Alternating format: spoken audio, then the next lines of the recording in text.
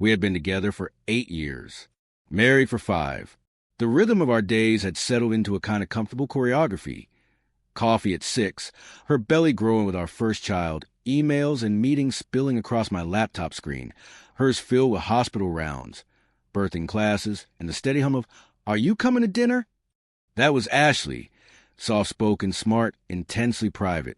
She loved with a quiet ferocity that had once made me feel safe enough to let go of the ghosts I carried from a childhood of moving cities, absent fathers, and promises that never stuck. Pregnancy had sharpened that love. I watched her change in ways I thought I understood. Her laugh was fuller, her hands constantly resting on her stomach, as if she were in conversation with a tiny life inside. We painted the nursery a gentle gray blue. We bought books with titles that made me choke on warm tears. What to Expect When You're Expecting, The Happiest Baby on the Block, The Dad's Manual. I bought that one twice, once for me, once for the emergency kit by the crib. So when the tension began to seep in, small, barely perceptible, my first instinct was to blame the pregnancy. Hormones, fatigue, fear becoming parents. I tried to be the steady anchor. I started making her lunches without being asked, leaving sticky notes on the bathroom mirror with jokes or "I love you" scrawled in my terrible handwriting. I asked her about her day more than I usually did. When she answered with distant nods or a tired smile, I let myself believe it was because her body was doing something incredible and demanding. I was wrong. It was a Sunday in late autumn. The day had started like all the others. Sunlight slipping to the blinds, the smell of coffee brewing, the low murmur of a news podcast coming from the kitchen.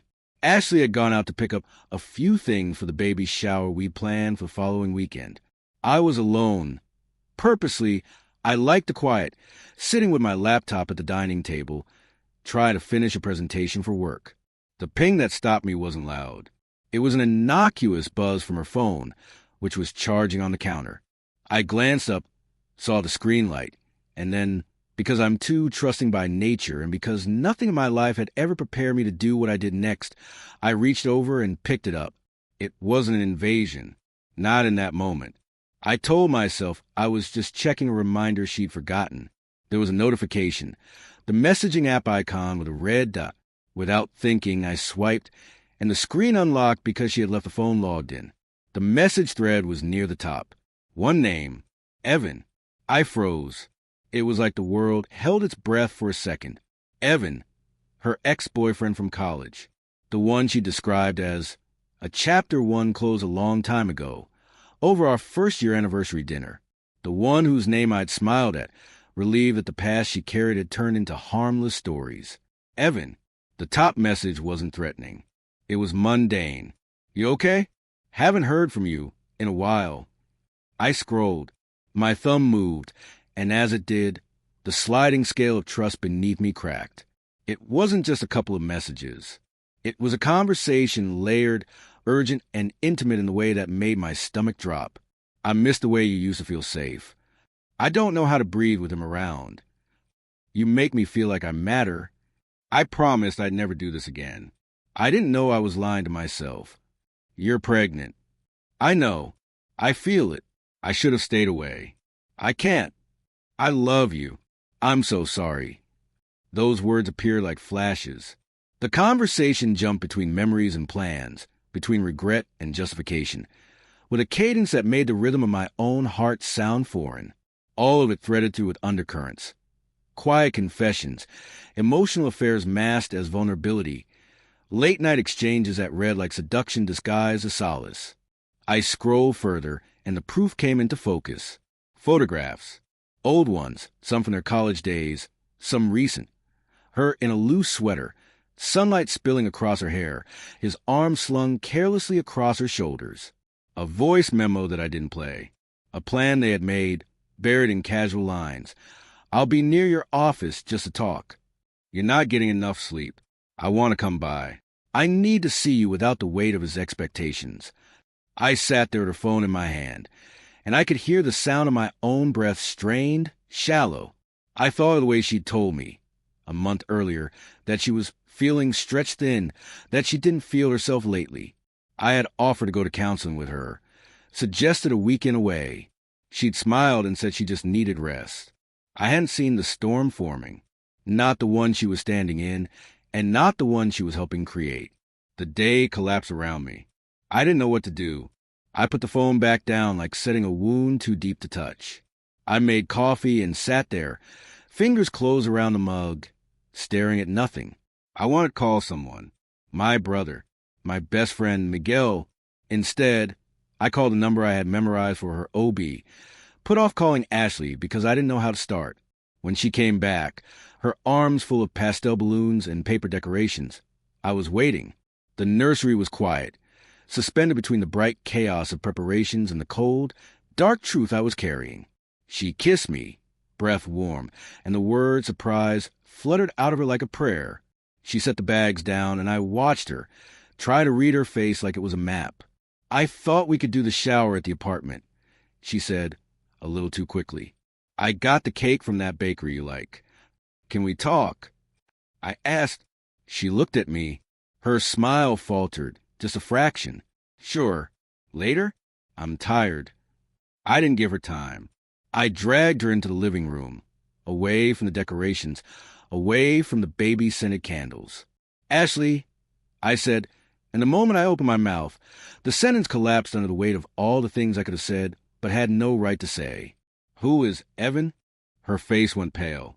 Not the sickly kind of pale that comes with a bad flu, but the kind that settles when you've been caught at the edge of a cliff. She began. Are you seeing him? My voice was low. I kept it that way intentionally. I didn't want to sound like a man yelling in a movie. I wanted to sound like someone asking a question that needed a truthful answer. She swallowed. Mark, don't. I held up my hand. Don't give me that version of it. Were you cheating on me? There was a long moment where she didn't answer, where the only sound was a balloon bobbing softly, the string tapping the hardwood like a metronome counting down the end of something. I didn't plan for this to happen, she said at last. I didn't plan for any of it. I saw the messages. I told her what I'd seen, the clean facts, without embellishment, the dates, the photographs, the I love you, the apologies, the visits, the line about feeling suffocated, and the one about him making her feel safe. She sat down. Her body went limp like someone had cut the anchors from her legs. I didn't want to tell you, she whispered. I was trying to figure it out. I was so confused. I kept thinking if I just stopped talking to him, I'd be okay. But then when I did, the emptiness got louder. He made me feel seen, Mark. I felt like I was drowning, and he gave me air without asking for anything in return. I know how that sounds. I know I sound like a coward. I thought I was helping. I said, I was trying to understand, maybe to protect the part of me that still believed she wasn't irreparably broken. I suggested counseling. I tried to be there. You said you were tired. You said you needed rest. I was tired, she said. I'm tired. I'm pregnant, Mark. I'm carrying our baby. I'm terrified. I feel like I'm shrinking. I keep thinking I'm going to mess everything up. And he reminded me of a version of myself that didn't feel like a failure. I clung to that. I didn't think about what I was doing to you. I didn't think about the life we were building. I thought if I could just keep the pieces from falling apart, maybe you could have told me. The anger flared, not the primal, screaming kind, but a cold, aching burn. Maybe you could have told me that you were struggling. Maybe instead of whispering to someone else that you miss feeling safe, you could have said, I feel like I'm drowning. She nodded, tears spilling now. I know. I was afraid you'd leave. I thought I could fix myself without dragging you into it. I thought I could protect you. I lied to myself about what it meant. I kept thinking it was just a connection. It got complicated. It became more. Are you still talking to him? I asked. She hesitated. Not like before. I told him I couldn't. He didn't push. He said he wanted me to be okay. He said he was leaving it to me. I thought I could stop. I thought I could end it. Her hands trembled. I didn't know how to be the person you needed, and the person I feared I was losing at the same time. And the I love you, I stopped. I didn't want to dissect every word like it was a broken thing to be examined under a microscope. Was that for me or for him? She looked at me, really looked at me, and for a moment I saw something like desperation. It was for him. It was a mistake. It was a moment when I forgot the weight of what my choices meant. I said it because I was afraid of losing him, and because I was thinking about losing control I thought I had over my emotions. But she choked on it. I love you. I've always loved you. I was scared. I did something I never intended. The days after the confrontation were a minefield. We tiptoed around each other. I kept seeing her in snapshots, her hand on her stomach, her eyes distant in the glow of the television, her trying to find words without sounding desperate or defensive. She was ashamed in the way people are ashamed when they've been caught doing something they don't forgive themselves for. I was a man whose faith in his marriage had been fractured. There were moments when I wanted to scream until no sound came out. There were quiet ones, too, when I found myself hovering at the edge of grief for the life I had believed in and didn't know if I could rebuild. We went to therapy, not immediately, but eventually. Her therapist, a calm woman with silver hair and a voice like warm honey, called what Ashley had done an emotional affair at first. Then, after weeks of peeling layers and asking why, the woman shifted her language to something more complicated. Trauma resurfacing, she said. Fear of being inadequate, compounded by pregnancy, and a pre-existing emotional dependency pattern that she didn't understand was unhealthy because it was familiar. I sat in those sessions like something being examined under fluorescent lights. I had questions. When she said she didn't tell me because she thought she could fix it herself, I wanted to ask how long it had been going on. She said it did not matter anymore. I wanted to know how deep the love, whatever that had been, had gone. She told me it had been the kind of love that fills empty spaces with temporary warmth and then leaves colder shadows when it's gone. I held on to the truth that she was pregnant with my child. That fact became both an anchor and a blade. I'd sit up late at night, staring at the ceiling, wondering what this baby would grow up seeing. Would they feel the tremor of the house as we tried to keep it standing? Would they inherit the silence that grew between us like mold? Would they be a reminder of what we had lost, or a chance to build something new? Ashley stopped talking to Evan. She blocked him from every platform. She deleted his number. She told me aloud the day she did it. I did it, she said, standing in the kitchen, her hands curled around a mug that wasn't steaming anymore. I cut him off. I didn't tell you because I thought it would make you angry, and I thought I could prove it by doing it alone. I was wrong. I need you to see that I'm trying. I see it, I said, and what I meant was complicated. I saw her trying, but I also saw the deep, jagged scar that had opened in the space between us. There were nights where she'd wake up trembling from nightmares about being judged, about being abandoned. You're not alone, I'd tell her. Half of me wanted to believe it. Half of me was afraid that telling her that was a promise I wasn't sure I could keep. The turning point didn't come with one dramatic declaration or a cinematic reconciliation. It came slowly, in small raw moments where the truth of what we were became unavoidable. One afternoon, we were in the nursery. The paint had been finished. The crib was assembled. Baby clothes were folded in soft piles. The rain tapped the window in a steady rhythm. Ashley was sitting cross-legged on the floor, reading a children's book out loud, her voice soft, stumbling over names of animals and colors as if she were testing them aloud for the first time. Blue, she said. The sky is, well, maybe not today. Today's gray. Gray is okay, too. She laughed, a breathy sound, and then she turned to me. Mark, yeah, I want you to hold me. Not because I'm scared. I want to show you I can ask without making it look like I'm weak. Her fingers found mine, and we sat there for a while, listening to the rain. That was the day I knew something had shifted. Not that we were healed. Not that all the pieces were back in their original places. But the three of us, Ashley, the baby, and me, were a tangled line of motion, and for the first time since the messages, I felt like we were moving with intention instead of being carried by inertia. I started attending more than therapy. I read the books, the ones with titles like Rebuilding After Betrayal and Parenting Through Pain. I learned to ask her what she needed without assuming I knew. She learned to tell me what she was feeling before it turned into a secret she could hide behind. There were relapses, tiny ones, A look that lingered too long on a memory, a silence that hinted at old guilt. I'd catch her scrolling to the edge of her past, and she'd snap the screen off, tears spilling, embarrassed at the vulnerability she hadn't meant to reveal. I'd remind her, gently, that the past didn't have to dictate everything, that we were allowed to feel things without being trapped by them. The baby came on a stormy night in February, 3 weeks early. The labor was rough. I drove too fast, cursing at the rain. The hospital lights smeared like watercolor through the windshield. I remember the fluorescent hallway. I remember holding her hand and whispering that this was going to be okay. I remember the moment the baby let out that first wail, like someone was announcing her existence with a fierce, defiant cry. They wrapped her in a tiny blanket. Her fingers, so small, clung to my index finger. Ashley was exhausted, pale, and glowing in a way that makes you realize pain and beauty are entangled. "She's perfect," Ashley said, her voice ragged with emotion.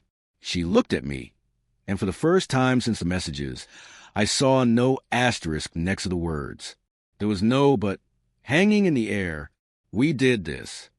We did, I echoed. The days after were a blur of feedings, sleepless nights, diaper changes, and a kind of love that expands in real time. I watched Ashley as she held our daughter, the way she whispered things I couldn't hear, the way her eyes softened when the baby nuzzled into her. There were also those quiet moments when Ashley would stare out the window, her face blank, and I'd sit behind her, wrapping my arms around her, not asking questions, just being there.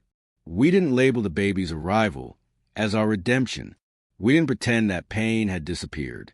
But in the hospital's dim light, the three of us, broken, tender, exhausted, sat together, and I felt a fragile sort of peace settle in.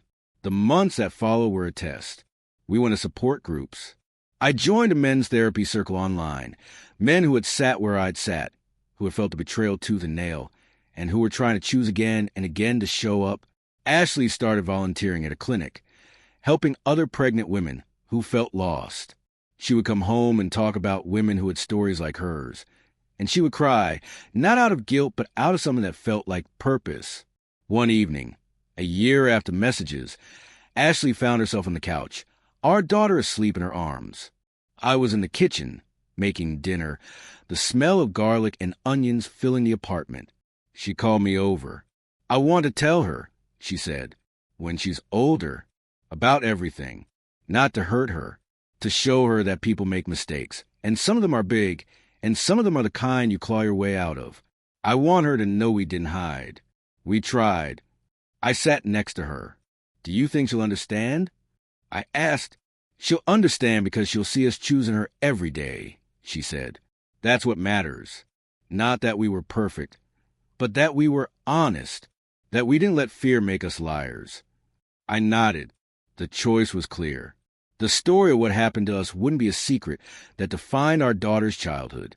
It would be a lesson threaded into a larger tapestry of love, honesty, and the complexities of being human.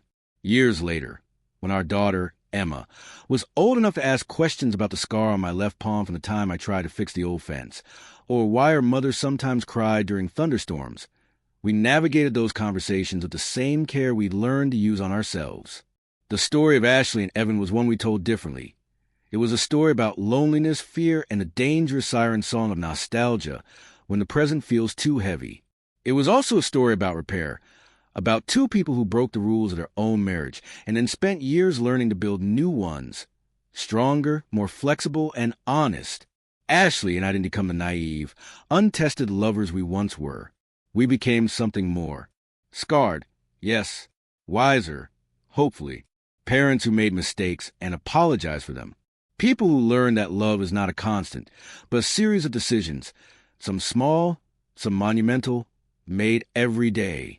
The messages I found that day remain. They're tucked away in a drawer, saved not as ammunition, but as a reminder what happens when silence grows louder than truth. I look at them sometimes, not to reopen the pain, but to check the compass, to see how far we've come. To remember that the most dangerous betrayals are the ones you don't see coming, because you assumed nothing could ever break the ordinary. And ordinary, that was the gift we got to redefine.